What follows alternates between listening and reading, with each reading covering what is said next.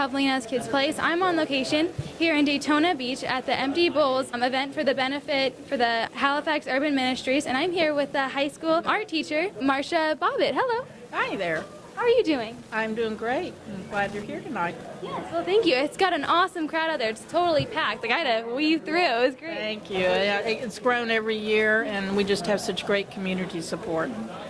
That's definitely great. I love this event. I've always been very proud of it. And I appreciate your support, too. It's been great. Yeah, definitely. So 6 years ago, you started this event. Like, how did you, want to start it and, like, get up with it? I had attended one, actually, at Spruce Creek High. Tim Ludwig was the teacher there, and he was at the very beginning over 30 years ago when they were doing them. And now they've grown all over the world. But it started in Michigan with an art teacher up there. And I just became interested. It was in my head all these years, and I just, I said it had been 30 years ago, but it was in my head, and I just decided to do it, to give it a try. That's great. I know you said it started in Michigan, but it's also a very international event. Yeah, it is. It's all over the world now, and it just shows you the difference. That's what I tell my students: the difference one person can make. Exactly. Right. So, and I'm so glad it is. It's awesome.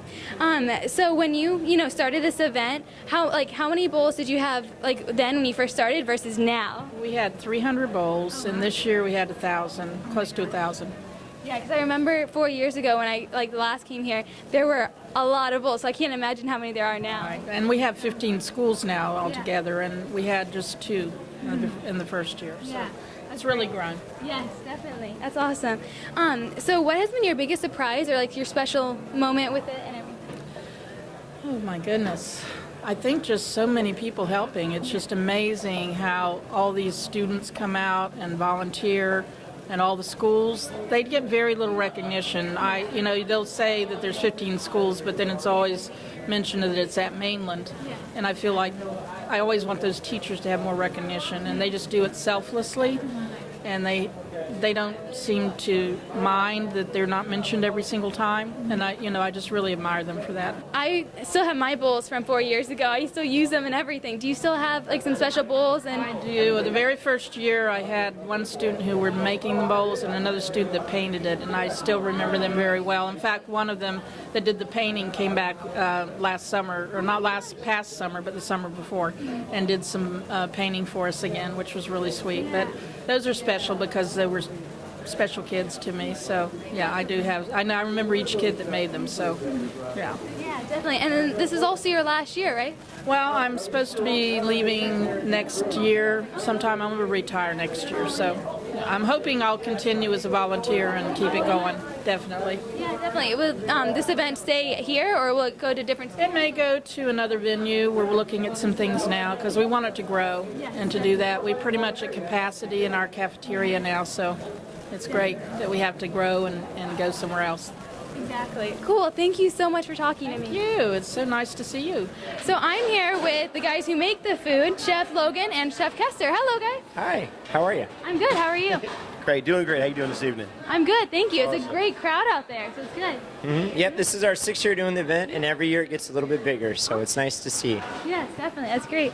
So you guys are the head of the department and everything. What do you guys do, and what do you teach your students and everything? We have a culinary academy here. It's the Academy of Hospitality and Culinary Arts. So students join our program. They're with us all 4 years, and they learn the basic ins and outs, front of the house service, back of the house cooking. So we take it year by year and teach them different skills that they need and progress on. Wow, that's awesome. That's so great. As you can see, they're behind us right now, working hard, doing all aspects of service to serving the food. Mm-hmm. Definitely. Cool. Yeah, tonight we have about 40 students that are volunteering. They're giving us about 6 hours tonight working through it, and we have a number of officers in our academy who are helping us run the event. Yeah. So we have about 400 kids in our program, and there's some really good kids. Yeah, definitely. They're really working hard, so that's awesome.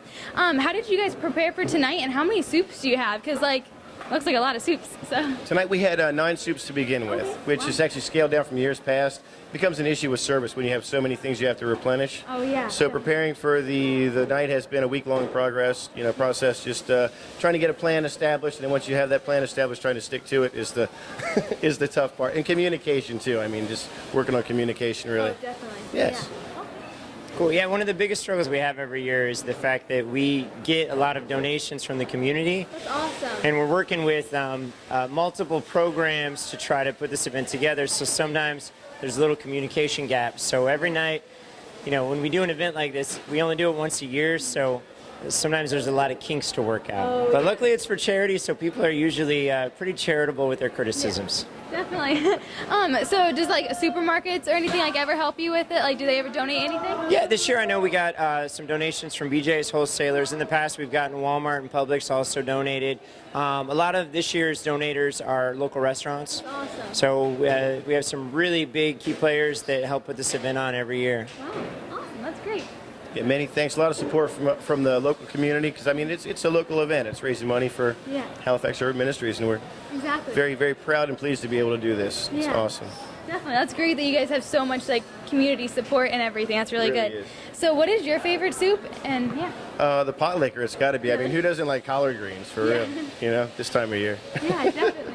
I like the black bean and ham. It has a really nice, rich flavor. Awesome. Are there any vegetarian ones? Because I'm vegetarian. There's a couple. We have vegetable soup that was donated by Cracker Barrel, and there's also a tomato bisque. Oh, cool. Awesome. That's great. The first time you guys had this to now, like how much is the difference with the soup and everything? I wasn't here the first year. Chef Kester took that one on, and it was basically really was a mock soup kitchen. We had everybody going through one single line through one room at a time, and it didn't change much to that second year. But now it's progressed to 700 people that we served last year, and I think we're expecting at least 800. And judging by the parking lot, that what I'm hearing out there in the lines, it's definitely going to be up there this year. Yeah, I had to weave way through with all my big equipment and stuff. It was crazy. So yeah.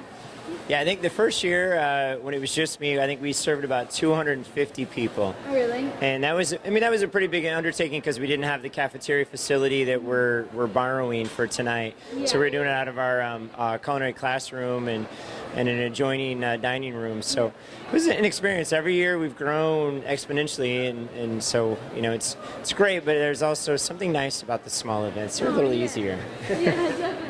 Cool. Thank you guys so much for talking to me. Thank you. Have a great night. Did you get some soup yet? Not yet, no. All right, make sure you get out in there and get in line before it's all gone. Yes, definitely. Thank you. Well, thank you. It's nice to meet you.